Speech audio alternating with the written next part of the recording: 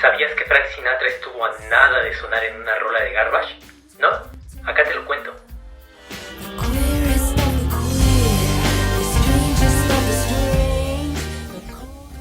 La canción en cuestión es Queer, que fue de las primeras composiciones de Garbage.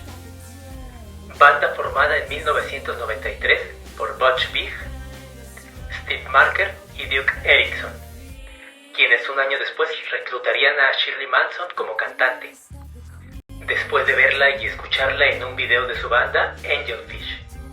Escrita por los 4 integrantes, Queer fue grabada en los Smart Studios en 1994, durante la composición de su álbum debut, y contando con un título sugestivo y con sonidos trip hop, se convirtió rápidamente en un éxito. Y aquí es donde entra la anécdota.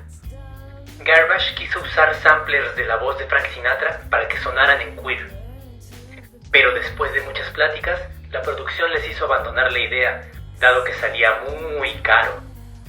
Pero tan solo imaginen lo que hubiera pensado Sinatra al escuchar su voz dentro de esta rola, que se burla de las normas sociales y de las expectativas de los demás, usando un tono irónico y provocador, y que juega con la ambigüedad de género de quien la canta y de quien la escucha.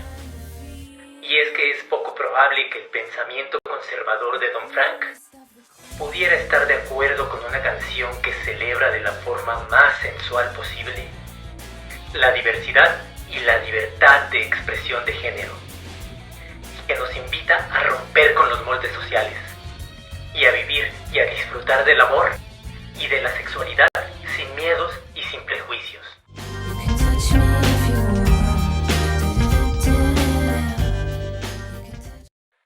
La neta hubiera estado chido que lo metieran.